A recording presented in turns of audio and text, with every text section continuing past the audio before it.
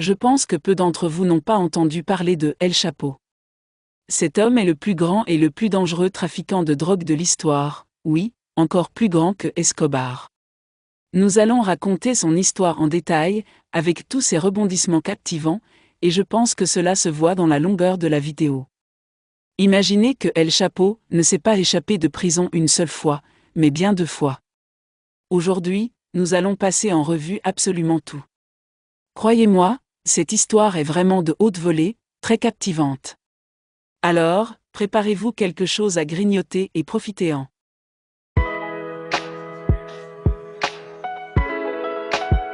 Salut à tous. Voici la prison de Puente Grande, autrefois connue comme la prison la plus sécurisée de tout le Mexique. Le ratio prisonnier-gardien dans cette prison est de 1 pour 2, c'est-à-dire qu'il y a 2 gardiens pour chaque prisonnier. Mais si vous en connaissez la raison, vous ne serez pas surpris. Cette prison était réservée aux criminels les plus dangereux du Mexique, principalement les chefs des cartels de drogue. Ces chefs de cartel, littéralement des seigneurs de la guerre, disposent de véritables armées privées avec des dizaines de milliers de soldats lourdement armés.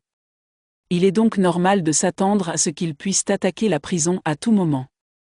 Les murs de cette prison étaient renforcés avec du béton épais et du fer de la plus haute qualité. Les tours de surveillance étaient équipées de gardiens armés jusqu'aux dents, et le chemin menant à la prison était jonché de points de contrôle. Cette prison était en quelque sorte une base militaire. C'est dans cette prison qu'El Chapo a été emprisonné, le plus célèbre et dangereux baron de la drogue que le Mexique et le monde entier aient connu. Il était le chef du cartel de Sinaloa, le cartel le plus violent du monde. Le cartel de Sinaloa tire son nom de l'État de Sinaloa au Mexique, d'où il est originaire et où se trouve son centre de commandement. El Chapo était recherché depuis longtemps, et ils ont finalement réussi à l'arrêter pour la première fois en 1993 après une chasse à l'homme intense menée par les autorités mexicaines. Mais même s'il était emprisonné, cela ne l'a pas empêché de continuer à diriger son empire de l'intérieur. Comment a-t-il fait ? Avec des pots de vin. Il a soudoyé tout le monde, des responsables de la prison aux gardiens, avec des millions de dollars. Grâce à ces pots de vin, il vivait confortablement en prison, comme s'il était à l'extérieur. On lui permettait de recevoir de l'alcool, des femmes, et toute la nourriture qu'il désirait. Ses 2 épouses pouvaient lui rendre visite, et même ses maîtresses pouvaient rester avec lui aussi longtemps qu'il le souhaitait, parfois même pendant des jours entiers. En plus de cela, il avait accès à des téléphones et à tous les moyens de communication dont il avait besoin pour gérer son cartel depuis la prison. La personne qui facilitait le plus la vie d'El Chapo était un homme nommé Damaso Lopez. Damaso était le vice-directeur de la sécurité de la prison de Puente Grande, et El Chapo l'a littéralement acheté en lui offrant une maison, une voiture, des cadeaux et un gros salaire mensuel. Leur relation est devenue si forte qu'ils sont même devenus amis. Damaso est la raison principale pour laquelle El Chapo avait autant de liberté en prison et pouvait agir comme un roi en faisant ce qu'il voulait. Gardez ce nom en tête, car Damaso reviendra plus tard dans l'histoire de manière inattendue. Pendant son emprisonnement, El Chapo ne s'est pas contenté de diriger son cartel, il a également réussi à développer une nouvelle méthode pour faire passer de la drogue alors qu'il était en prison. Cette méthode n'était pas entièrement de son invention, mais lui et son cartel l'ont révolutionné, le trafic par des tunnels souterrains. El Chapo a employé des ingénieurs, des architectes et des spécialistes pour lui construire des tunnels de manière professionnelle, pas simplement en creusant des tunnels au hasard. Le but de ces tunnels était de passer la drogue aux États-Unis, le plus grand marché pour leur profit. Grâce à ces tunnels, ils n'avaient plus besoin de faire passer la drogue par voie aérienne, maritime ou terrestre, mais par voie souterraine. Cela leur a permis d'augmenter de manière spectaculaire leurs opérations de contrebande, atteignant jusqu'à 20 millions de dollars par mois. L'empire d'El Chapo a même grandi alors qu'il était en prison, plus qu'il ne l'avait fait lorsqu'il était en liberté. Ce qui a également rassuré El Chapo, c'est que dans les années 90, le Mexique ne livrait pas les chefs des cartels de drogue comme lui aux États-Unis, bien que ces derniers l'aient toujours exigé, car ils étaient les plus touchés par le trafic de drogue. Les États-Unis voulaient qu'El Chapo et d'autres chefs de cartel soient livrés, car les prisons américaines sont plus sécurisées, et là-bas, ils seraient éloignés de leurs hommes, de leurs cartels et des responsables qu'ils soudoyaient.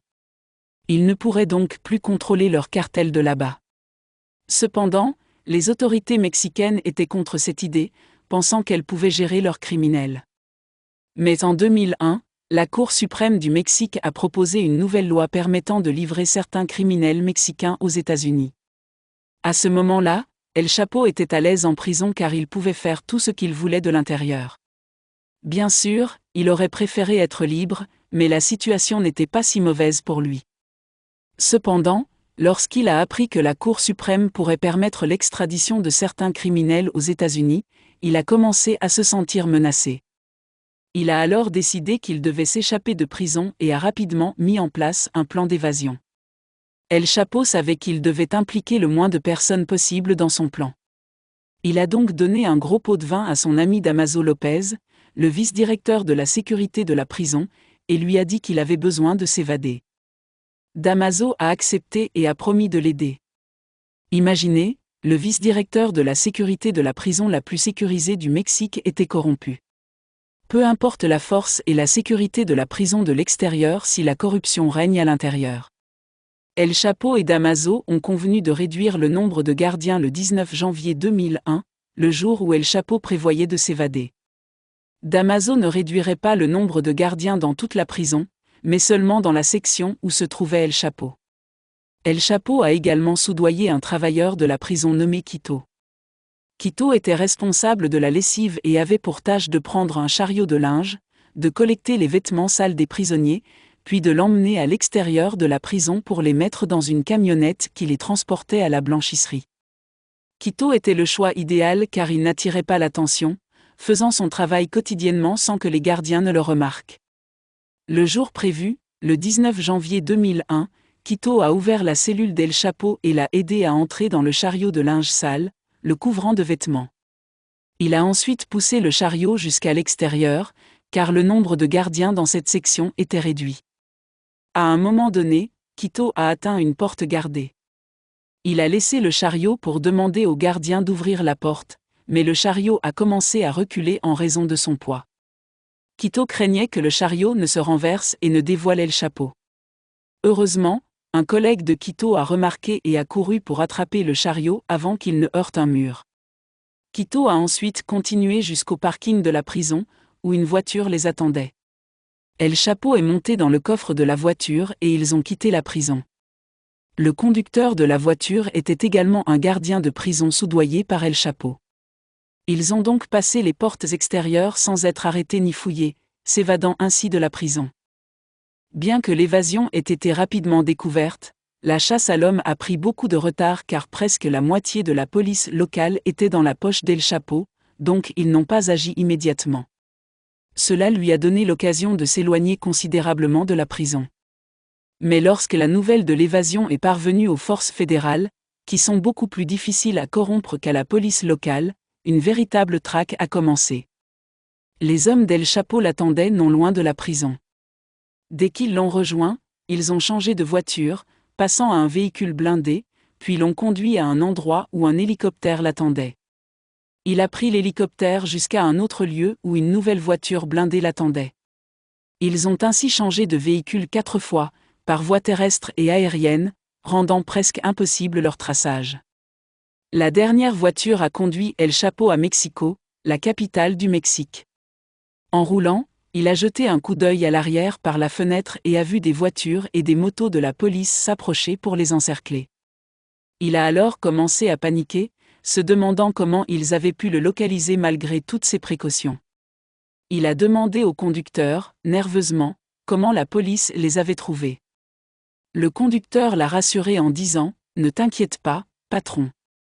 Ce sont nos policiers. » El Chapo a alors poussé un soupir de soulagement. Imaginez la scène, El Chapo roulant dans la capitale, entouré d'un cortège de voitures et de motos de la police comme s'il était un chef d'État. Ces policiers corrompus l'escortaient pour empêcher les autres policiers, les honnêtes, de l'approcher. Personne n'aurait pu deviner qu'El Chapo se trouvait au milieu d'un cortège de policiers. Ils l'ont conduit à une de ces planques sécurisées. Cette évasion spectaculaire de 2001 a fait de lui une légende. Beaucoup de gens pensaient désormais qu'il était intouchable, au-dessus de la loi. Malgré les nombreux moyens déployés par les autorités mexicaines pour le retrouver, ils n'ont pas réussi à le capturer pendant 14 ans. Pendant ces années, il se déplaçait entre ces nombreuses planques, souvent situées dans des régions isolées, notamment dans les montagnes. Pendant ces 14 ans, l'empire d'El Chapo a connu une croissance folle.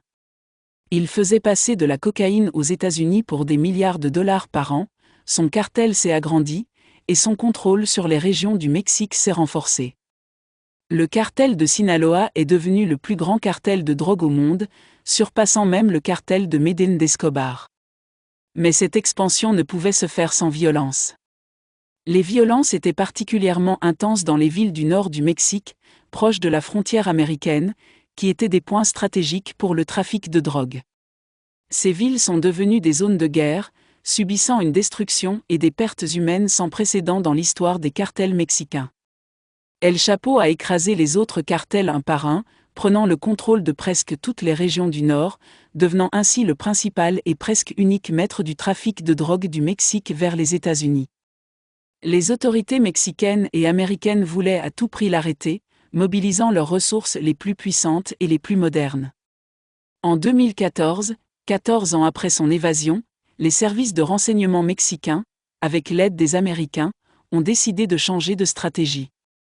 Ils ont commencé à cibler les proches d'El Chapo, comme ses enfants, ses épouses et ses collaborateurs les plus proches, car ce sont eux qui en savaient le plus sur lui. Grâce à cette nouvelle stratégie, ils ont réussi à retourner le responsable informatique du cartel, un jeune Colombien dans la vingtaine. Avec son aide, ils ont pu infiltrer le réseau de communication crypté utilisé par El Chapo et son cartel, leur permettant de localiser précisément El Chapo. Ils ont découvert qu'il se trouvait dans une maison sécurisée dans l'État de Sinaloa, le centre de son cartel. Le 17 février 2014, une équipe des forces spéciales mexicaines, accompagnée d'agents de la DEA américaine, a encerclé la maison et a commencé l'assaut. Mais la maison n'était pas ordinaire. La porte principale était protégée par une deuxième porte en acier. Les forces spéciales ont dû frapper cette porte à plusieurs reprises pour essayer de l'ouvrir. Pendant ce temps, El Chapo, qui dormait à l'intérieur, a été réveillé par ses assistants criant que l'armée mexicaine était à la porte. El Chapo s'est levé et a commencé à bouger. Les forces extérieures, tout en essayant de briser la porte en acier, pouvaient voir à travers les fenêtres qu'il y avait du mouvement à l'intérieur de la maison. Ils ont intensifié leurs efforts pour enfoncer la porte. Les fenêtres de la maison étaient également renforcées et petites, rendant difficile toute entrée par ce moyen. Tout leur focus était donc sur la porte, et comme ils entouraient toute la maison, il n'y avait pas d'autre issue. Ils ont continué à frapper jusqu'à ce qu'ils réussissent enfin à ouvrir la porte. Ils ont ensuite envahi la maison, armes au poing, criant des ordres pour que tout le monde se rende et se couche au sol. Mais à leur grande surprise, la maison était vide. Ils ont fouillé chaque pièce et chaque recoin de la maison, mais il n'y avait personne, bien qu'il ait vu des ombres bouger à l'intérieur lorsqu'ils tentaient de forcer la porte. Où étaient donc passés El Chapo et ses compagnons ? Lorsque l'assistante d'El Chapo est entrée dans la pièce pour le prévenir de ce qui se passait, El Chapo s'est levé immédiatement et a couru vers la salle de bain. Pourquoi courir vers la salle de bain ? Pas pour se cacher, mais pour s'échapper. Il allait s'échapper par un tunnel. Le cartel d'El Chapo était devenu expert dans la construction de tunnels, c'était littéralement leur spécialité. Imaginez qu'ils ne creusaient pas seulement des tunnels pour la contrebande, mais aussi pour servir de passage secret sous leurs maisons sécurisées. Ainsi, chaque maison sur où se cachait El Chapo avait un tunnel d'évasion en dessous pour lui permettre de s'enfuir en cas de siège. El Chapo a pu s'échapper par un tunnel creusé sous la baignoire de la salle de bain. Voici une photo réelle du tunnel après sa découverte par les forces mexicaines. L'entrée était ingénieusement conçue, impossible à détecter sans en connaître l'existence. Pour ouvrir l'entrée secrète, il fallait utiliser une épingle et l'insérer dans un petit trou situé sous le rebord de la baignoire. Cette manipulation déclenchait un courant électrique qui déverrouillait le loquet maintenant la baignoire en place. Il suffisait ensuite de soulever la baignoire, qui se soulevait facilement grâce à des bras hydrauliques situés en dessous.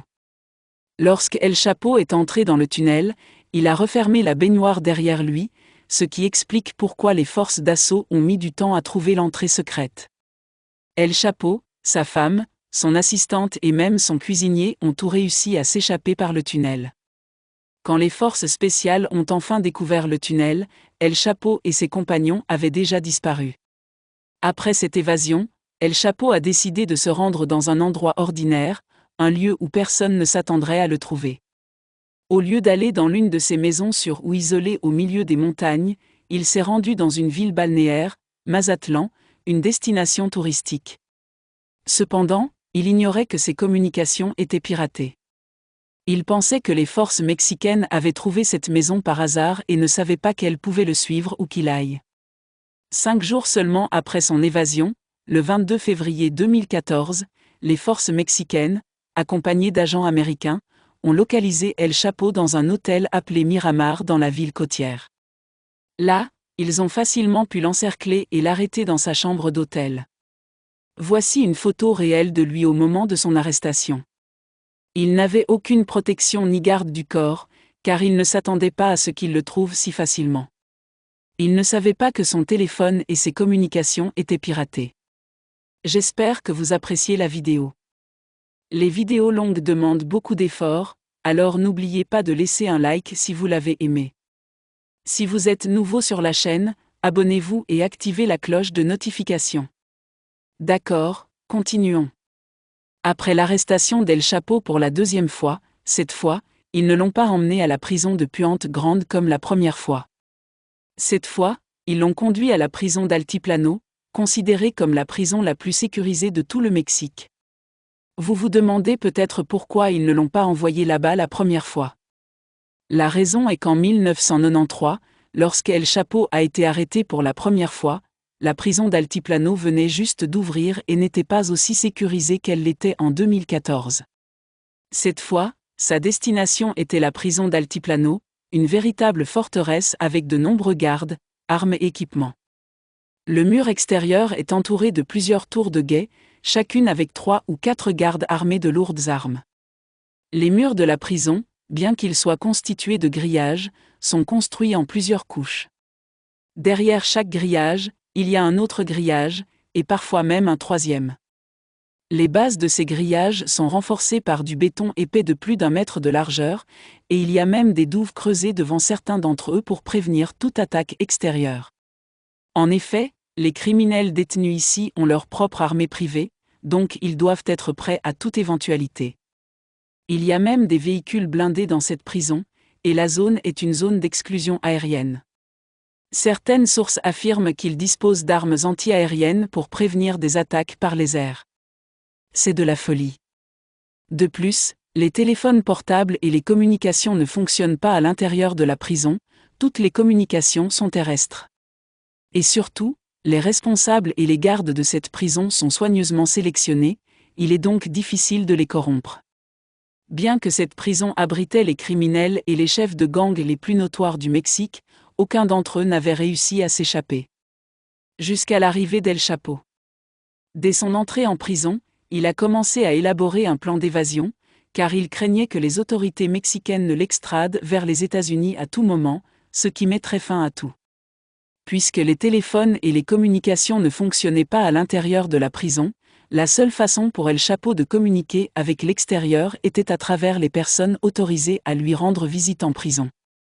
Ces personnes étaient essentiellement son avocat, Oscar Lopez, et sa 3e épouse, Emma Coronel, une jeune femme de 32 ans, sa cadette qu'il avait épousée en 2007. El Chapo a commencé à coordonner avec elle pour transmettre ses messages à ses enfants et à ses associés à l'extérieur. Ses 4 fils, tous dirigeants de son cartel, posaient déjà des problèmes majeurs au Mexique, et vous avez peut-être entendu parler d'eux dans les actualités. Mais imaginez, ses fils n'étaient pas les seuls leaders du cartel après El Chapo. El Chapo avait un autre homme de confiance en dehors de la famille, considéré comme son bras droit. Qui était cet homme ? Vous vous souvenez de Damaso Lopez ?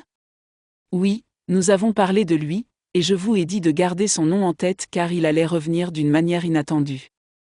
Damaso Lopez, l'ancien vice-président de la sécurité de la prison de Puente Grande où El Chapo était détenu, a été l'officiel corrompu qui a permis à El Chapo de faire ce qu'il voulait dans cette prison.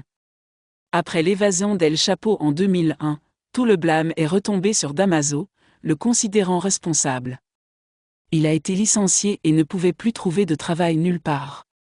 Et comme je l'ai mentionné, lui et El Chapo sont devenus amis, et El Chapo l'a intégré dans son cartel. Avec le temps, il a gravi les échelons et est devenu le bras droit d'El Chapo. Donc, lorsqu'El Chapo a été emprisonné pour la deuxième fois, Damaso a pris la tête du cartel. Imaginez, de responsable de la sécurité dans une prison, il est devenu le chef du plus puissant cartel de drogue au monde. Maintenant, El Chapo communiquait avec Damaso et ses fils depuis la prison par l'intermédiaire de sa femme, et il a commencé à les inciter à le faire sortir de là le plus rapidement possible avant que quelque chose ne se produise et qu'il soit livré aux États-Unis. Il en était terrifié. Damaso et les fils d'El Chapo ont alors commencé à élaborer un plan pour faire sortir leur chef. Et comme Damaso était un ancien responsable de la sécurité dans l'une des prisons les plus sécurisées du Mexique, cela lui donnait un grand avantage en termes de planification, car il connaissait bien les systèmes de sécurité des prisons. De son côté, à l'intérieur de la prison, El Chapo était la plupart du temps confiné dans sa cellule. Il n'était autorisé à sortir qu'1 heure par jour. De plus, un GPS était attaché à sa jambe en permanence, de sorte que ses gardiens connaissaient sa position à tout moment. Pis encore, sa cellule était surveillée 24 heures sur 24 par une caméra fixée à l'intérieur, ne lui permettant aucune intimité, sauf dans la douche, où un petit mur lui offrait un semblant de vie privée. El Chapo savait que s'évader de cet endroit serait presque impossible, mais il était déterminé à le faire à tout prix. Et évidemment, lorsqu'on parle d'El Chapo et de son cartel, il devait y avoir un tunnel dans le plan. Mais comment allait-il creuser ce tunnel et d'où allait-il le faire partir? Le début du tunnel ne pouvait pas être à l'intérieur de la prison, il devait être creusé de l'extérieur vers l'intérieur. Cela pourrait être une première historique, des prisonniers se faisant creuser un tunnel de l'extérieur vers l'intérieur pour s'évader, au lieu de creuser de l'intérieur vers l'extérieur. La première étape du plan consistait à acheter un terrain ou une propriété proche de la prison, mais pas trop près pour ne pas attirer l'attention des gardes et des forces de sécurité. Le problème était que la prison d'Altiplano était située dans une zone isolée, entourée de vastes terres agricoles. C'était un grand bâtiment au milieu d'un terrain plat, sans bâtiment autour. Après des recherches difficiles, le cartel d'El Chapo a finalement trouvé un site de construction vacant à environ 1,5 km de la prison. Ils ont probablement utilisé certains agriculteurs locaux. À un moment donné, cet endroit ressemblait à ceci, comme vous pouvez le voir, un bâtiment inachevé ou à ses débuts, juste une structure en briques. Le cartel a acheté ce terrain à ses propriétaires, bien sûr sous le nom de quelqu'un de discret, et ils ont maintenant une base pour commencer à creuser le tunnel. Mais ce n'était pas si simple. Comment allaient-ils savoir exactement où se trouvait la cellule de leur chef? Et en plus, comme nous l'avons dit, la cellule était surveillée par une caméra 24 heures sur 24. Même si ces hommes creusaient un tunnel jusqu'à sa cellule, comment allaient-ils le faire sortir sans être découverts? Le seul endroit dans la cellule qui était un peu caché à la caméra de surveillance était la zone de douche. Cet endroit avait un petit mur pour offrir un peu de vie privée à El Chapo pendant qu'il se lavait. C'était littéralement le seul endroit non surveillé. Il fallait donc que l'ouverture du tunnel soit à cet endroit précis. Mais comment? Comment allait-il creuser un tunnel de l'extérieur de la prison sur 1,5 km sous terre sans rien voir et ouvrir une trappe précisément à cet endroit? Une tâche apparemment impossible. Juste arriver à sa cellule serait déjà un exploit incroyable, mais il fallait arriver à un endroit précis dans la cellule. Pour résoudre ce problème, El Chapo a eu une idée ingénieuse qui aiderait ses hommes à localiser précisément sa cellule et l'endroit où le tunnel devait arriver, la zone de douche. L'idée était d'utiliser le GPS attaché à sa jambe. L'idée était simple, ces hommes devaient faire entrer un autre GPS dans la prison. El Chapo l'activerait et le placerait dans la douche. De cette façon, ceux qui creusaient le tunnel sous terre connaîtraient l'emplacement exact. C'était une idée parfaite, mais le problème était de faire entrer l'appareil dans la prison. Altiplano était la prison la plus sécurisée de tout le Mexique. Faire passer quoi que ce soit à l'intérieur était presque impossible. Il y avait environ 6 points de contrôle de sécurité à franchir avant d'entrer. El Chapo a trouvé une solution ingénieuse. Il a dit à sa femme de demander à ses hommes de cacher le GPS dans une montre au bracelet. Une montre discrète qui pourrait passer tous les contrôles de sécurité sans attirer l'attention. Effectivement, sa femme a réussi à passer la montre et à la lui remettre sans être détectée. Personne ne s'en doutait, juste une montre, rien de dangereux, pensaient les gardes. Grâce à cette montre et au GPS qu'elle contenait, les hommes d'El Chapo ont pu connaître exactement l'endroit où ouvrir le tunnel dans la douche. Les hommes d'El Chapo avaient déjà commencé à creuser le tunnel en direction de la prison, mais maintenant, avec l'emplacement précis, ils pouvaient orienter leur creusement exactement vers la bonne direction. Creuser des tunnels était leur spécialité. Le tunnel qu'ils ont creusé était impressionnant, un travail d'ingénierie de haut niveau. L'entrée du tunnel commençait sous le bâtiment en briques. Le sol était sablonneux, et en regardant à l'intérieur de l'ouverture, on pouvait voir les supports en bois utilisés pour soutenir le tunnel. Le nombre de ces supports était incroyable. En entrant dans le tunnel, qui était à environ 10 mètres de profondeur, on pouvait voir que ce n'était pas un simple tunnel d'évasion. C'était un travail soigneusement planifié. Ils avaient besoin d'un système de ventilation, alors ils ont installé des tuyaux tout au long du tunnel sur 1,5 km, avec une machine à l'entrée qui pompait de l'air. En plus de l'air, ils avaient besoin d'éclairage, alors ils ont suspendu des milliers de lampes tout le long du tunnel. Ces lampes avaient besoin d'électricité, alors ils avaient un générateur à l'entrée, caché dans le bâtiment en briques, faisant passer le générateur pour une table en ciment. Tout était caché. À l'extérieur, rien n'était visible pour que, même si les gardes ou la sécurité venaient soudainement, ils ne découvriraient rien à moins de faire une fouille complète. C'était crucial car ils étaient relativement proches de la prison. La taille de cette opération était incroyable, des milliers de mètres de tuyaux de ventilation, des milliers de lampes et des tonnes de sable extraites du sous-sol sans se faire repérer. C'était incroyable, surtout qu'il n'était qu'à 1,5 km de la prison, et que la zone était plate. Étonnamment, aucun des gardes de la prison, surtout ceux des tours de surveillance, ne les a vus ou n'a remarqué quelque chose d'inhabituel. Il était évident que le cartel d'El Chapo avait pris toutes les précautions nécessaires, et leur travail était précis. En plus de tout cela, ils ont construit une voie ferrée sur le sol du tunnel, avec une charrette modifiée, comme une fusion avec le quart d'une moto. Cette charrette servait à transporter le sable extrait du tunnel, mais elle serait aussi utilisée plus tard pour l'évasion d'El Chapo. Pendant tout le temps des travaux de creusement, El Chapo était nerveux et sur les nerfs, craignant d'être livré aux États-Unis. Il écrivait constamment des lettres à ses hommes pour leur demander pourquoi cela prenait autant de temps. Il répondait toujours que c'était un travail difficile, nécessitant une planification et des efforts considérables, et qu'il fallait tout faire correctement. Finalement, en juin 2015, El Chapo a reçu la nouvelle de ses hommes que le tunnel était presque prêt. Imaginez, El Chapo a fixé la date de l'évasion au 4 juillet 2015. Pourquoi le 4 juillet ? Il voulait humilier les Américains. Le 4 juillet est la fête nationale des États-Unis, le jour de l'indépendance, une grande fête. C'était comme s'il voulait leur envoyer un message d'humiliation en disant « Regardez, je me suis échappé le jour de votre célébration et j'ai gâché votre fête. » El Chapo ressentait une grande haine pour l'Amérique, bien que la majeure partie de son argent vienne de là. Il savait à quel point il le voulait et il savait que les autorités américaines demandaient sans cesse aux autorités mexicaines de le leur livrer. C'était donc sa manière de se venger d'eux. Mais malheureusement, ces hommes n'ont pas pu le faire, le tunnel nécessitait encore un peu de travail, ils n'ont donc pas pu respecter cette date et ont dû reporter l'opération d'1 semaine. Enfin, le jour tant attendu arriva, le 11 juillet 2015, le jour où El Chapo allait s'évader après avoir passé environ 16 mois en cette prison. Cette nuit-là, El Chapo regardait une série comique sur la petite tablette qu'il avait, et il avait mis le son au maximum. Il essayait de masquer les bruits que faisaient ses hommes en ouvrant l'ouverture depuis le sous-sol. De temps en temps, il se levait et vous pouviez voir l'anticipation dans ses mouvements alors qu'il marchait constamment dans la cellule. Il attendait juste le signal de ses hommes après qu'il ait ouvert l'ouverture.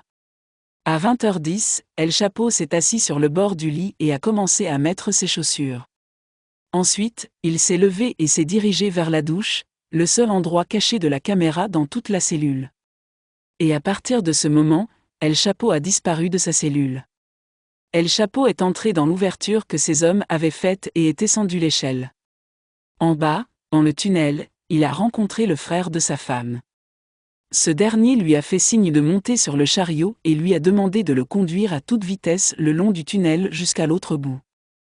Lorsqu'il est arrivé à l'autre bout et est sorti dans la maison en briques au-dessus, un quat l'attendait. Il est monté dessus avec l'un de ses hommes et ils ont quitté les lieux immédiatement. De l'autre côté, dans la prison, les gardiens ont mis environ 40 minutes à découvrir l'évasion. Lorsqu'ils ont remarqué sur les caméras de surveillance qu'El Chapo n'était pas dans sa cellule, ils sont allés immédiatement vérifier. Ils s'attendaient à ce qu'il se cache ou soit derrière le mur de la douche, mais ils ont été choqués lorsqu'ils ont trouvé l'ouverture et le tunnel en dessous. Les sirènes ont immédiatement retenti et l'état d'alerte a été déclaré, mais il était trop tard. El Chapo était déjà loin. Ensuite, El Chapo est monté dans un grand camion qui l'attendait, un camion de 18 roues. Il est monté dans la remorque du camion et ils l'ont bien refermé pour que personne ne puisse le voir de l'extérieur. Ensuite, le camion a roulé pendant environ 2 heures jusqu'à ce qu'il atteigne une ville appelée San Juan, dans la région de Querétaro. Là, ils l'ont transféré dans un petit avion privé piloté par l'un des pilotes en qui El Chapo avait le plus confiance dans tout son cartel. Cette fois, El Chapo avait pris toutes ses précautions, il ne voulait laisser aucune place au hasard. Il avait en fait préparé 2 avions, l'un qu'il a pris pour se rendre à sa destination et l'autre comme diversion pour tromper toute personne susceptible de le suivre. El Chapo a décidé de se cacher dans sa base principale, qui était une maison ou un manoir situé dans les montagnes de l'État de Sinaloa, le centre de son cartel. Cette maison ou ce manoir était l'endroit le plus sécurisé et le plus sûr pour lui, il l'appelait El Cielo, le ciel. Cette évasion a causé un énorme embarras au gouvernement mexicain. Il y a juste un an, lorsqu'il l'avait attrapé, il se vantait devant le monde entier et décrivait son arrestation comme un grand exploit dans la lutte contre la drogue et le crime. Maintenant, les autorités mexicaines étaient furieuses et ont décidé de mobiliser une grande partie de leurs forces et de leurs ressources pour traquer El Chapo et l'arrêter à tout prix. Si El Chapo avait été content de rester caché dans ses refuges secrets au milieu des montagnes, il aurait peut-être été difficile pour les forces de l'ordre de le suivre.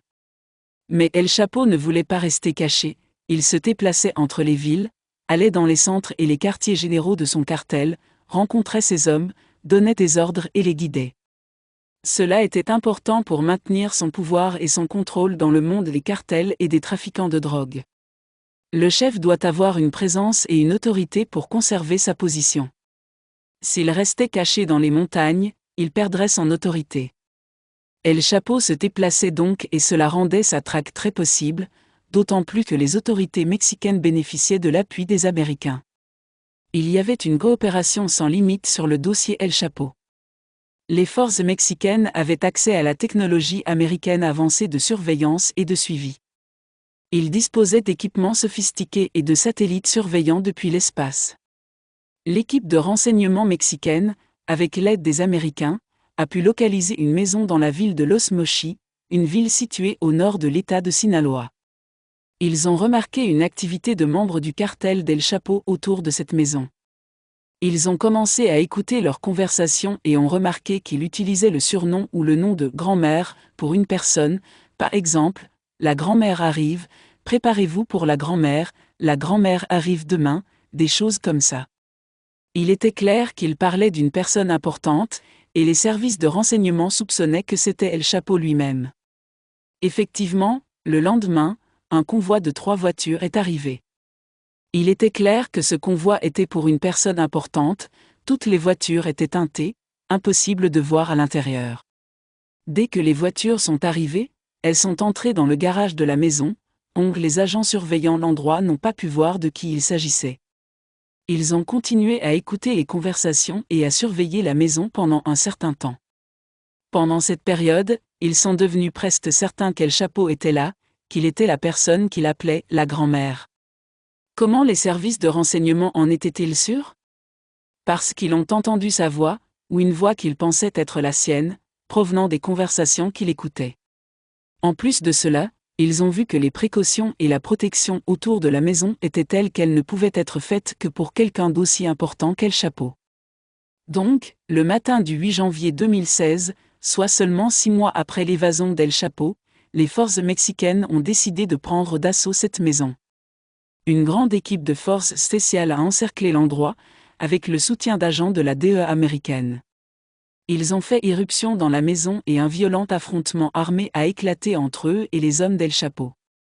Il y a des vidéos documentant cet assaut, mais je ne peux pas les mettre ici car YouTube pourrait poser problème. Si vous voulez les voir, cherchez-les. Ce sont des images filmées par des caméras fixées sur les soldats eux-mêmes, vous pouvez donc voir l'affrontement de leur point de vue alors qu'ils échangent et coups de feu avec les hommes d'El Chapo.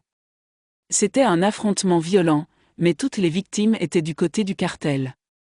Certaines des forces spéciales ont été blessées, mais aucun d'entre eux n'est mort car leur attaque était précise et bien planifiée.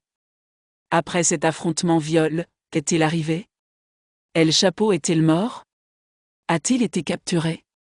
Où qu'est-il arrivé exactement? Ce qui s'est passé, c'est qu'ils ne l'ont pas trouvé. Vous vous demandez sûrement, comment ça? N'avez-vous pas dit qu'il était sûr qu'il était dans la maison? Où est-il allé? Je pense que je n'ai pas besoin de répondre à cette question, vous avez probablement déjà compris. El Chapo, mes chers amis, s'est échappé une fois de plus par un tunnel souterrain. Ce miroir que vous voyez devant vous était en réalité une porte secrète ouvrant sur un tunnel souterrain. El Chapo s'est échappé par ce tunnel avec l'un de ses proches collaborateurs. Après être sortis de l'autre côté du tunnel, ils ont volé une voiture à une personne qui marchait tranquillement dans la rue. Pauvre homme, ils l'ont soudainement attaqué, l'ont jeté hors de sa voiture et l'ont prise, comme dans un jeu de GTA. Heureusement, ils ne l'ont pas tué. Malheureusement pour El Chapo, les forces de sécurité ne se contentaient pas d'encercler la maison, elles étaient déployées dans toute la région. Dès que la nouvelle de l'évasion d'El Chapo est parvenue, les patrouilles ont commencé à circuler dans la région. À environ 20 km de la maison, à un poste de contrôle, 4 policiers fédéraux ont réussi à arrêter El Chapo et son assistant. La première chose qu'El Chapo a tenté de faire a été de les soudoyer, en leur disant « Laissez-moi partir et vous verrez de l'argent et des richesses comme jamais auparavant dans votre vie. » Mais, par malchance pour lui, ces policiers étaient honnêtes et ont refusé le pot de vin. À ce moment-là, El Chapo s'est mis en colère, les a insultés et menacés, disant qu'il les tuerait tous, ainsi que leurs parents, leurs enfants et toute personne qu'il aime. Il les menaçait comme un fou, espérant que son nom inspirerait la peur dans leur cœur et qu'il le laisserait partir. Cependant, ces policiers ne se sont pas laissés intimider par ces menaces. Ils ont pris une photo de lui et l'ont envoyée à leur commandant. Heureusement, ce commandant n'était pas corrompu, sinon il aurait pu les vendre. Le commandant les a appelés et leur a dit que des forces spéciales étaient en route. En même temps, il les a avertis qu'il y avait des mouvements inhabituels parmi les hommes d'El Chapo dans les environs, ce qui signifiait probablement qu'ils rassemblaient des forces pour venir libérer leur chef. Le commandant leur a ordonné de se rendre à un motel ou un petit hôtel à proximité et de s'y retrancher. Il leur a dit de se préparer car les hommes d'El Chapo pourraient les attaquer à tout moment. Les 4 policiers ont emmené El Chapo et son assistant et se sont barricadés dans l'une des chambres de l'hôtel, attendant et surveillant la situation. Peu de temps après, ils ont commencé à entendre des bruits de voitures venant de loin, comme un grand convoi se dirigeant vers eux. À ce moment-là, El Chapo a souri malicieusement et a dit aux policiers « Vous allez maintenant regretter de ne pas avoir accepté mon offre. Mes hommes vont vous effacer de la surface de la terre. » Mais son sourire s'est rapidement transformé en un regard de choc et de désespoir lorsqu'il a vu que ce n'étaient pas ses hommes, mais un grand nombre de soldats de l'armée et des forces spéciales qui ont entouré l'hôtel et sécurisé toutes les entrées et sorties en un éclair. Les hommes d'El Chapo n'ont même pas osé s'approcher de l'hôtel après avoir vu la forte présence des forces de l'ordre sur place. El Chapo a été arrêté pour la 3e fois et, une fois de plus, il a été emmené dans la même prison dont il s'était échappé, la prison d'Altiplano. Mais cette fois, il était soumis à une surveillance encore plus stricte. Imaginez, dès qu'il est retourné en prison, El Chapo a commencé à planifier une nouvelle évasion. Il a envoyé des messages à ses hommes et à ses fils, leur disant de préparer une autre évasion. Selon des membres proches de son cartel, ils ont effectivement commencé à mettre en place un nouveau plan. Ce qui est étonnant, c'est qu'ils voulaient le faire de la même manière, creuser un tunnel depuis l'extérieur de la prison. Mais cette fois, les autorités mexicaines étaient conscientes de cela. En réalité, elles avaient déjà commencé à travailler sur les procédures d'extradition d'El Chapo vers les États-Unis, car elles savaient que c'était la seule solution. El Chapo s'était échappé de la prison de Puente Grande en 2001 et était resté en liberté pendant 14 ans. Puis, il s'était échappé à nouveau lorsque les autorités avaient cerné sa planque, en utilisant un tunnel sous la baignoire. Il s'était échappé une troisième fois de la prison d'Altiplano, la prison la plus sécurisée du Mexique. Il s'était échappé une quatrième fois lorsque les autorités avaient cerné sa deuxième planque, en utilisant un tunnel derrière le miroir. Alors, jusqu'à quand allait-il jouer à ce jeu du chat et de la souris? Tant qu'El Chapo restait au Mexique, il trouverait un moyen de s'évader tôt ou tard, car son cartel, son influence et son argent étaient tous autour de lui. Mais aux États-Unis, il ne pourrait plus rien faire. Le tribunal voulait finaliser les procédures d'extradition vers les États-Unis le plus rapidement possible.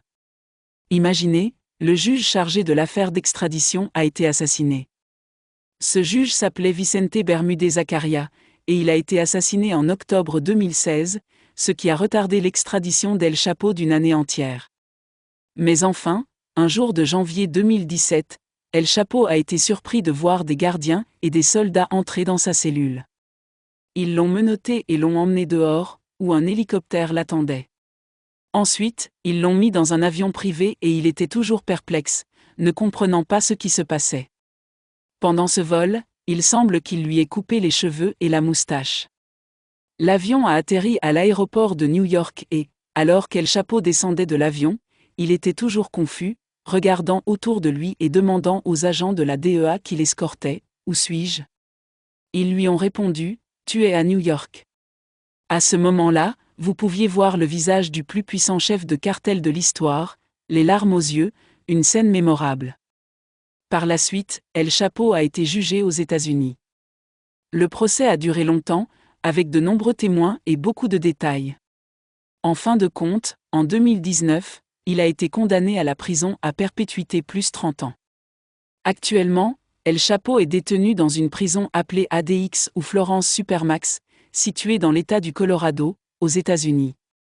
Cette prison est considérée comme la plus sécurisée de toute l'Amérique. On y enferme les détenus qui sont considérés comme dangereux même pour les autres prisonniers. Tous les détenus y sont en isolement, et même leur contact avec les gardiens est limité au minimum. Ils sont coupés du monde de manière terrifiante. El Chapo passe 23 heures par jour dans sa petite cellule, avec une seule heure permise pour sortir dans des espaces fermés sous surveillance stricte. Je n'ai aucun doute qu'El Chapo a pensé 1000 fois à s'évader de cet endroit, mais ses pensées finissent toujours en larmes lorsqu'il réalise qu'il est loin de tout son pouvoir et de son influence. Et voilà, nous sommes arrivés à la fin de notre histoire. N'oubliez pas de vous abonner à la chaîne et d'appuyer sur le bouton « J'aime » pour nous encourager à continuer de raconter des histoires vraies et passionnantes.